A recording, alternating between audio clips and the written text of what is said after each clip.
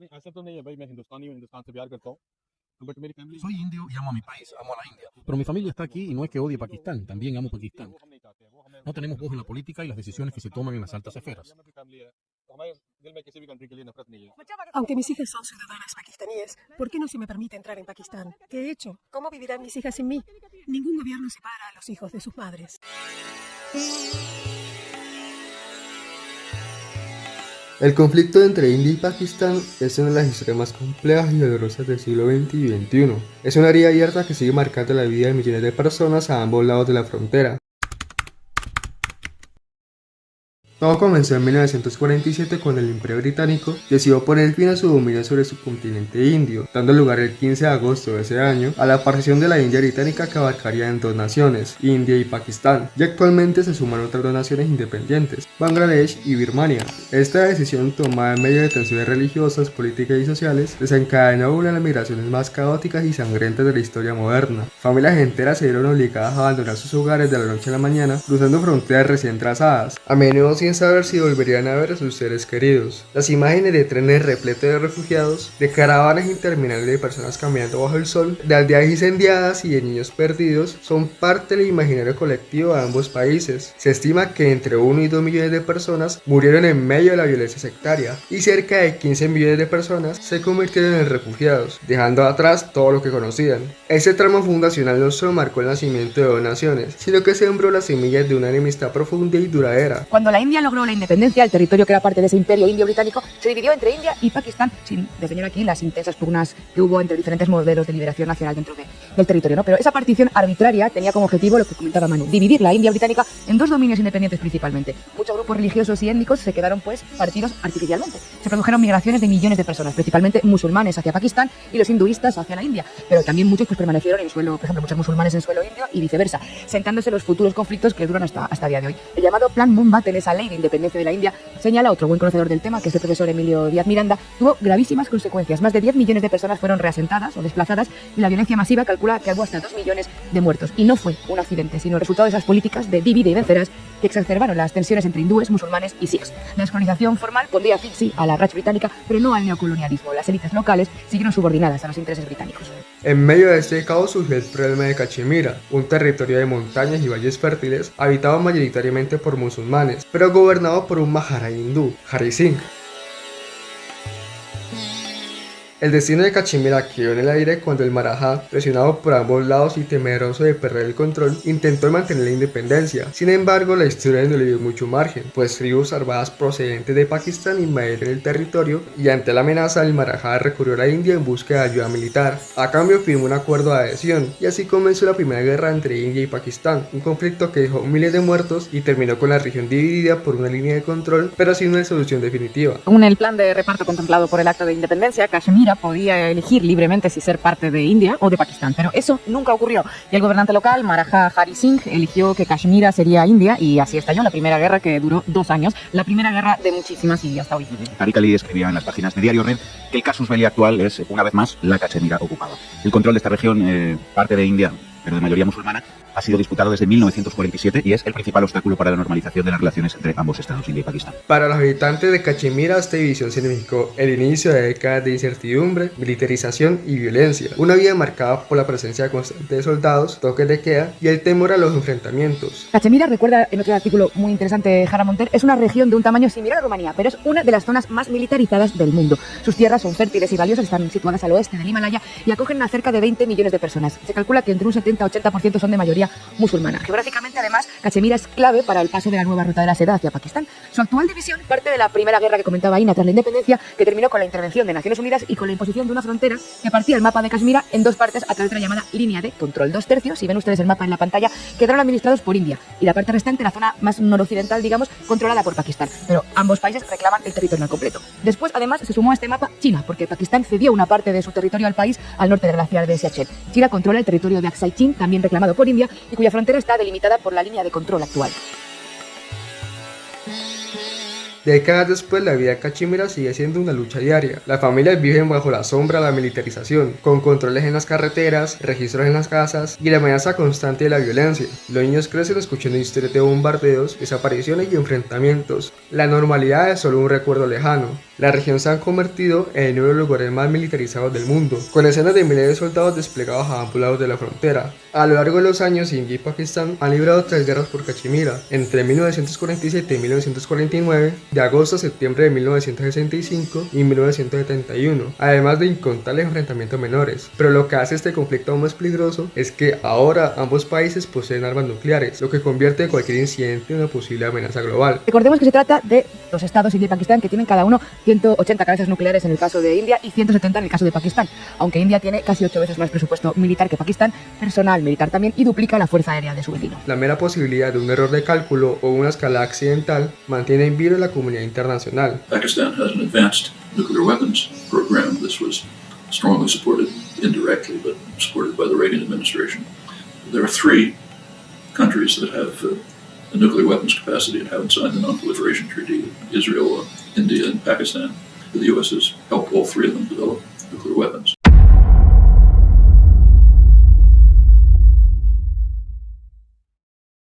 India will identify, track, and punish every terrorist and their backers. We will pursue them to the ends of the earth. No se permitirá a los ciudadanos pakistaníes viajar a la India con los visados del sistema de exención de visados de la SAARC. Todos los visados SBES expedidos en el pasado a nacionales pakistaníes se consideran cancelados. Cualquier ciudadano pakistaní que se encuentre actualmente en India con un visado SBES tiene 48 horas para abandonar India.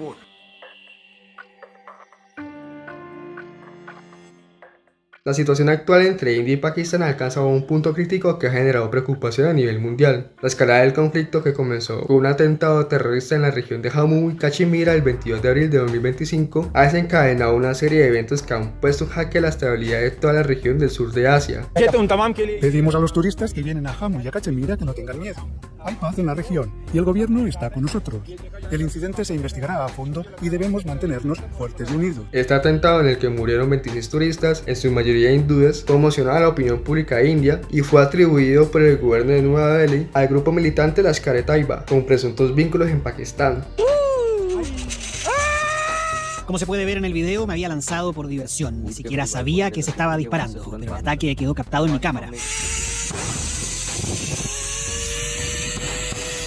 Rishi Bhatt había viajado más de 1.150 kilómetros para pasar unos días en Pahalgam, uno de los centros turísticos más visitados de Cachemira en la frontera entre India y Pakistán. No supo sino hasta el final de su recorrido que las balas provenientes de hombres armados volaron a pocos metros de donde él disfrutaba de un viaje en tirolesa. Me di cuenta de que había sido un atentado terrorista después de unos 20 segundos en el juego, cuando vi que 4 o 5 personas habían sufrido heridas de bala abajo. El registro que dio la vuelta al mundo muestra cómo algunos turistas eran alcanzados por las balas en un ataque que provocó la muerte de 26 personas el pasado 22 de abril. El Frente de Resistencia, una organización militante vinculada a un grupo pakistaní que se opone al gobierno indio de la disputada Cachemira, se atribuyó la responsabilidad por el ataque. Las autoridades en Nueva Delhi vincularon inmediatamente al país vecino, asegurando que todo obedeció al conflicto fronterizo. Han pasado 7 días desde el incidente de Pahalgam, pero hasta ahora no se ha aportado ni una sola prueba que apoye las acusaciones infundadas que se han hecho contra Pakistán. La respuesta de India nos hizo esperar. Apenas 2 semanas después, el 7 de mayo, India lanzó la denominada Operación Sindoor, una serie de ataques aéreos y con misiles de precisión contra lo que describió como infraestructura terrorista en territorio pakistaní y en la parte de Cachemira administrada por Pakistán.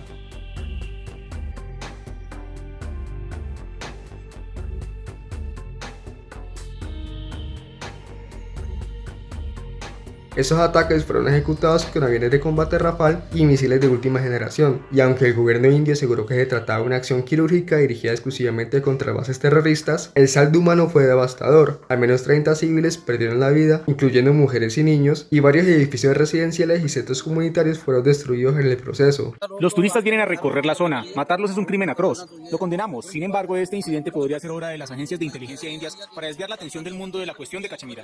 Las imágenes que llegaron desde las zonas afectadas mostraron hospitales saturados, familias desesperadas buscando a sus desaparecidos y calles llenas de escombros. Este escenario trágico puso en evidencia la crudeza del conflicto y el alto costo que pagan las poblaciones civiles atrapadas en medio de esta disputa. El problema está lejos de solucionarse. Las tensiones entre India y Pakistán ya se habían incrementado paulatinamente en los últimos meses, con medidas como, por ejemplo, medidas económicas, diplomáticas o militares, como el cierre del paso fronterizo a Tali-Bagha, la reducción al mínimo del personal diplomático o la suspensión del comercio bilateral entre ambos estados. También, ojo, el despliegue militar en fronteras o la congelación del Tratado de las Aguas del Indo, por parte de Nueva Delhi, por cierto. 182 millones de personas en Pakistán dependen para su subsistencia de esas aguas del río Indo, así que ese gesto no es un movimiento menor. Este último atentado del 22 de abril, que ha sido reivindicado por un grupo insurgente que se llama Resistencia de Cachemira, es, según el gobierno de India, una sucursal de la organización islamista Lashkar-e-Taiba, con sede en Pakistán, que nacieron al calor de la guerra afgano-soviética y que están supuestamente vinculados, según India, con los servicios de inteligencia pakistaníes.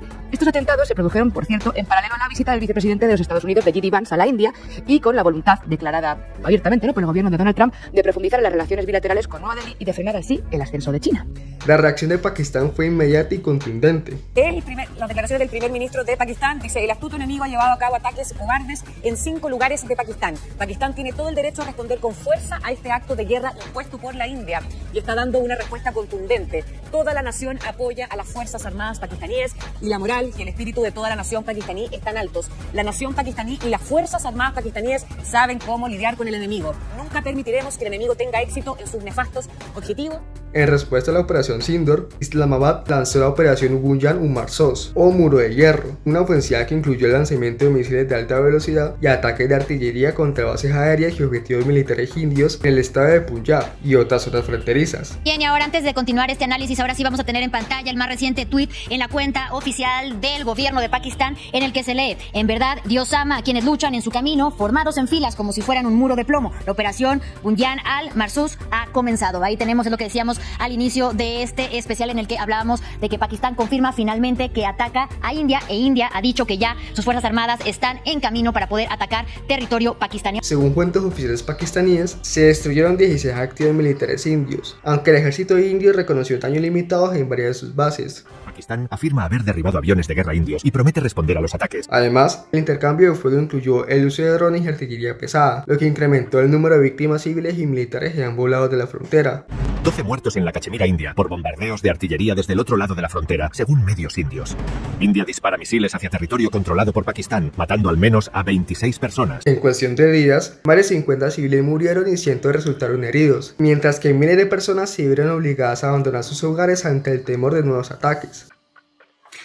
Los hechos son los que hablan, más allá de las acusaciones mutuas. Lo cierto es que el LT, el grupo que ejecutó este ataque, es un grupo integrista islámico que es tolerado por lo menos por el gobierno de Pakistán. No lo ha combatido, tiene escuelas, tiene madrasas, escuelas coránicas abiertas en territorio de Cachemira controlado por Pakistán, y en ese punto el gobierno de la India tiene sus motivos para acusar a Pakistán, pero aún así el ataque de la India, coincido con la persona que habló antes, va mucho más allá de una respuesta a un asunto terrorista. Está atacando en este momento la base de Nur Khan, la principal base, el centro neurálgico de la Fuerza Aérea Pakistaní. El día de ayer atacó el puerto de Karachi, el más grande de Pakistán. Es decir, la respuesta es absolutamente desproporcionada en relación al asunto, que en lugar de centrarse en la cuestión de Cachemira o en la región de Cachemira, se está expandiendo un conflicto a un nuevo conflicto entre las dos naciones en toda la línea de frontera y en todo el territorio de ambos países. Ese intercambio de hostilidades tuvo consecuencias inmediatas y profundas en múltiples ámbitos.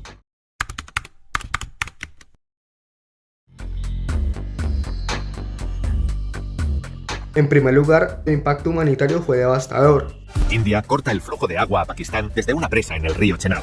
Ahora, el agua de India fluirá en beneficio de la India, será conservada para beneficio de la India y se usará para el progreso de la India. Las zonas fronterizas, especialmente de Cachemira y Punjab, se convirtieron en escenarios de miedo y desesperación. Las familias desplazadas buscaban refugio en campamentos improvisados o en hogares de familia, mientras que muchos hospitales, que ya de por sí con recursos limitados, se vieron desbordados por la cantidad de heridos. India puede matarnos de hambre. Agricultores de Pakistán denuncian la suspensión de un tratado crucial sobre el agua. El Tratado del Indo, que había sobrevivido 65 años y 3 guerras entre países, se suspendió tras el ataque de Cachemira. La infraestructura básica, como el suministro eléctrico, el agua potable y los servicios médicos, sufrió daños importantes, afectando la calidad de vida de miles de personas. India comienza a trabajar en proyectos hídricos tras suspender el tratado con Pakistán. Según fuentes, el proceso inicialmente provoca la liberación de aguas cargadas de sedimentos desde los embalses, lo que puede causar una inundación repentina, seguida de una reducción del flujo de agua agua a medida que se rellenan los embalses. Además, el cierre de escuelas y mercados generó un impacto negativo en la educación y la economía local, agravando aún más la situación de vulnerabilidad de la población.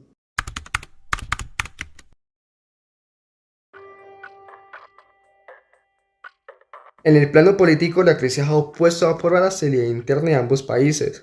En la India, el gobierno enfrentó una fuerte presión nacionalista para responder con contundencia al atentado terrorista y a las amenazas percibidas desde Pakistán. Los discursos oficiales se endurecieron y la opinión pública apoyó mayoritariamente las acciones militares, viendo en ellas una defensa legítima de la soberanía nacional. La operación Sindoor ha generado un amplio respaldo dentro de India, donde la mayoría apoya la acción militar contra lo que el gobierno describe como infraestructura terrorista en Pakistán. El nombre Sindoor hace referencia al polvo rojo que las mujeres hindúes casadas aplican en la frente, aludiendo a las mujeres cuyos maridos fueron asesinados durante el ataque del 22 de abril en Cachemira. Según India, la operación eliminó a terroristas y el ministro de Defensa afirmó que los objetivos fueron destruidos con exactitud, sin afectar a civiles. Sin embargo, Pakistán reporta víctimas civiles y ha calificado la operación como un acto de guerra, prometiendo responder para vengar la pérdida de vidas inocentes. En Pakistán, por su parte, las protestas callejeras se multiplicaron con manifestantes clamando contra lo que consideraban una agresión injustificada y exigiendo una respuesta firme. Los líderes políticos y militares de ambos países se vieron obligados a adoptar posturas más rígidas, lo que dificultó cualquier intento de diálogo o desescalar en los primeros momentos del conflicto.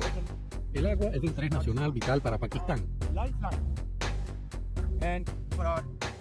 Fuente de vida de nuestros 240 millones de habitantes. Que no haya duda de que su suministro se defenderá a toda costa y en cualquier circunstancia. Mientras India y Pakistán están al borde de la guerra, Naciones Unidas urge a ambos vecinos a actuar con máxima moderación. La retórica nacionalista y los discursos belicistas ganaron terreno, alimentando un ciclo de desconfianza y de hostilidad que amenaza con prolongar la crisis.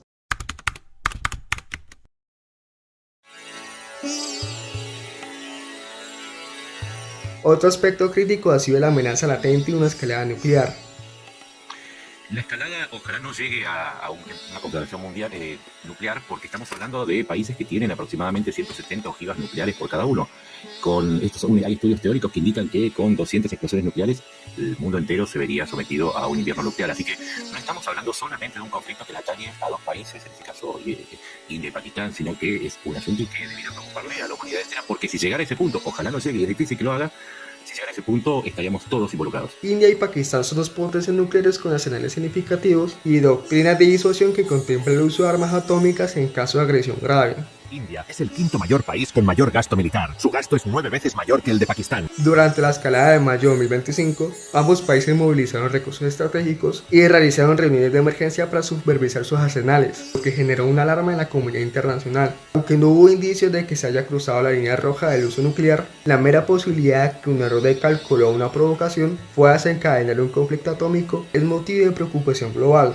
Organismos internacionales y potencias mundiales han insistido en la necesidad de evitar cualquier acción que pueda llevar a una confrontación de esta magnitud. Mientras tanto, en Pakistán, el ministro de Defensa, Jagahwa Asif, ha advertido en declaraciones al canal de noticias GeoNews de que el conflicto entre las partes podría derivar en una confrontación nuclear si India sigue escalando la situación. Dice literalmente, si se agrava, la responsabilidad de lo que ocurra recaerá sobre India. El primer ministro de Pakistán, Shehbaz Sharif, ha acusado este miércoles a India de tener vínculos con grupos armados como los rebeldes baluches y los talibán pakistaníes. Además, ha celebrado la adecuada respuesta a los ataques lanzados por su vecino la pasada noche. Decía, nuestros enemigos no pudieron dormir. Se trata de una guerra convencional, y quienes solían decir que India había superado a Pakistán ahora saben lo que somos, ya sea en una guerra nuclear o convencional. Es lo que apuntaba desde el Parlamento, desde donde ha felicitado a las Fuerzas Armadas por su efectiva respuesta a estos ataques. También ha destacado que la Fuerza Aérea logró derribar a 5 de las 80 aeronaves indias que participaron en la ofensiva, al mismo tiempo que logró frustrar las comunicaciones entre el orgullo de la flota de su vecino, los cazas Rafale.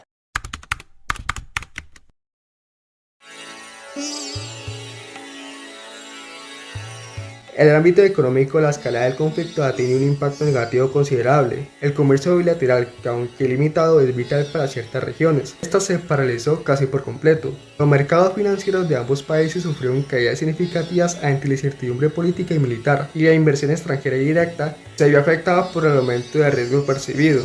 En particular, la economía de Cachemira, que depende en gran medida del turismo, se vio gravemente afectada. El atentado inicial y los posteriores ataques hicieron que el flujo de turistas, ya reducido por la inseguridad, colapsara. Esto agravó la situación económica de miles de familias que dependen directa o indirectamente del turismo, sumiendo la región en una crisis socioeconómica aún más profunda.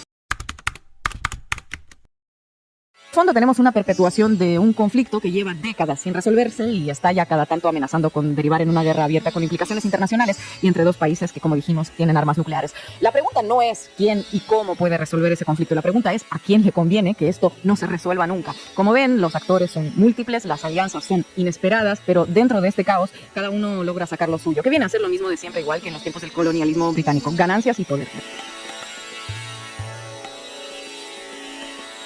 En el plano internacional, la escalada generó una reacción inmediata y enérgica de la comunidad global. Acá se nos cruzan los intereses. Si uno va al mapa,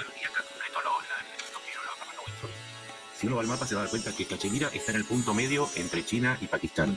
Pakistán es la ruta de salida que está creando China para evitar un bloqueo de la India, su adversario regional, de los pasos de Malaca y de Java, donde pasa casi el 80%, no solamente de las mercancías que exporta por mar China, que es su principal fuente de exportación, sino también del petróleo y los insumos, las materias primas que recibe. Es decir, Cachemira es el punto en donde se conecta la vía de salida de China a través de Pakistán. Pero a su vez es un punto donde se concentra una parte crucial de la población musulmana, mayoritariamente musulmana de Cachemira, en un contexto en el que India está intentando aplicar una política de nacionalismo hindú. Aquí hay un componente religioso muy fuerte que hace que, más allá de que, y coincido con Wilson, más allá de que no se logre una tregua, el conflicto sigue, va a seguir.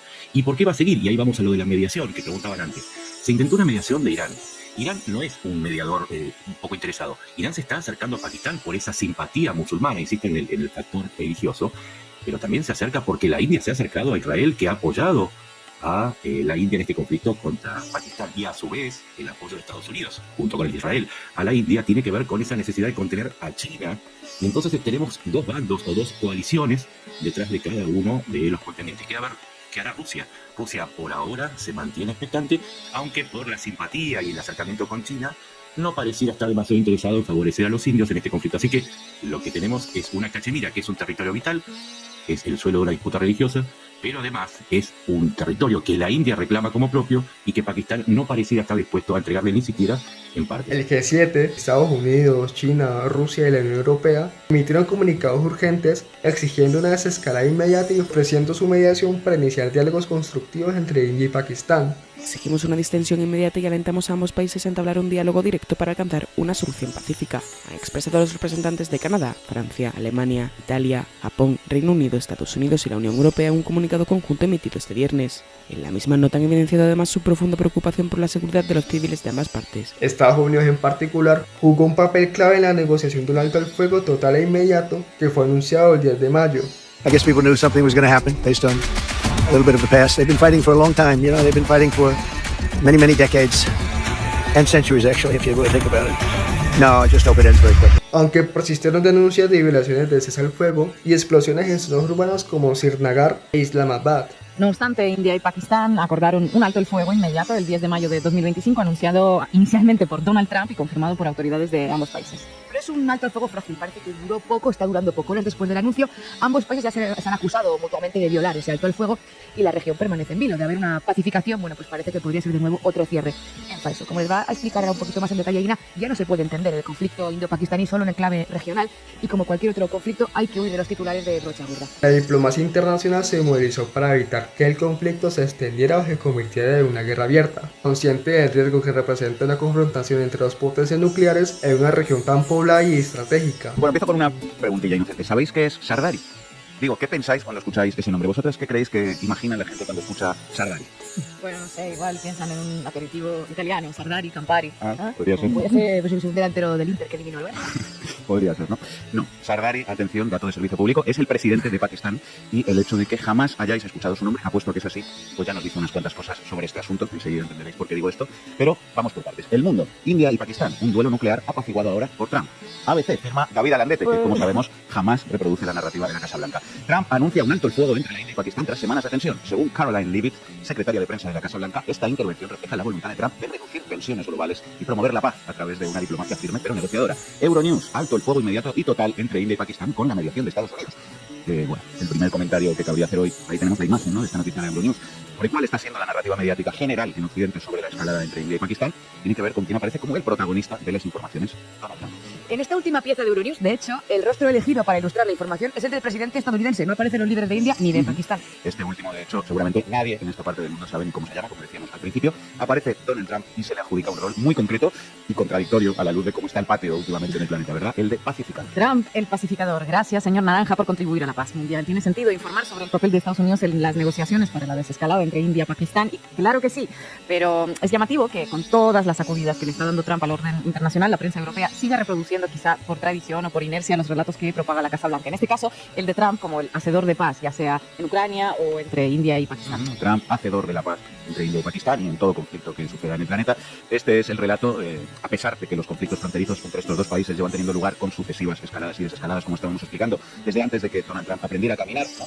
Pero si uno lee hoy la prensa, parece que hubiera tenido que llegar él para resolver la tensión en Cachemira. Esto se nos dice también a pesar de que el propio vicepresidente Vance había dicho este mismo jueves que lo de India y Pakistán no era asunto de Estados Unidos. Vamos, que hablamos de un conflicto que dura décadas y que el propio gobierno de Estados Unidos dijo que no era asunto suyo, y hablamos de un tipo, Donald Trump, que dice que se quiere quedar con Groenlandia, Panamá, medio Ucrania, limpiar Gaza de palestinos para construir resorts de lujo. Pero el relato mediático nos sigue hablando de un Trump que representa las desescaladas de los conflictos y la paz.